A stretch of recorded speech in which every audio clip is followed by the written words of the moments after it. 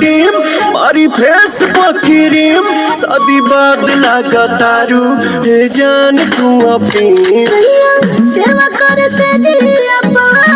करना दूध पी हमें प्रोटीन मिला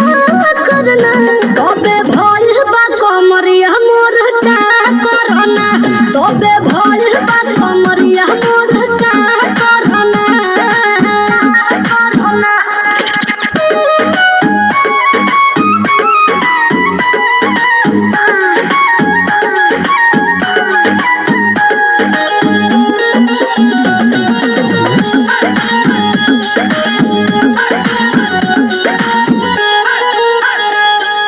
जगला में जो करे वो करे रात के मिलेला सुकून खाके राजा जी के हाथ के अच्छा लागेला कमर ककरी से भइल काटा हरावा हो गलिया लागेला जान टमा डरावा हो गलिया लागेला जान टमा डरावा हो कहे तोर गए तुझे को में पावा करना अपने खाना पहले हम के खिया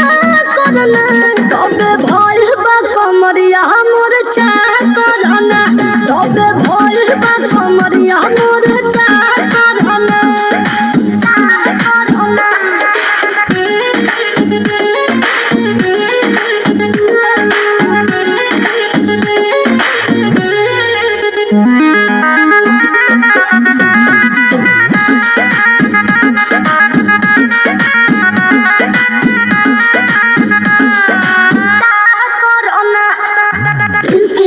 के प्यार देखे धासो हर घरे जरत रहेली मोर सासो बुरा लागेला ढेरे सहतारू जान साचो पीरा हो तबे भइल जवानी जला जीरा हो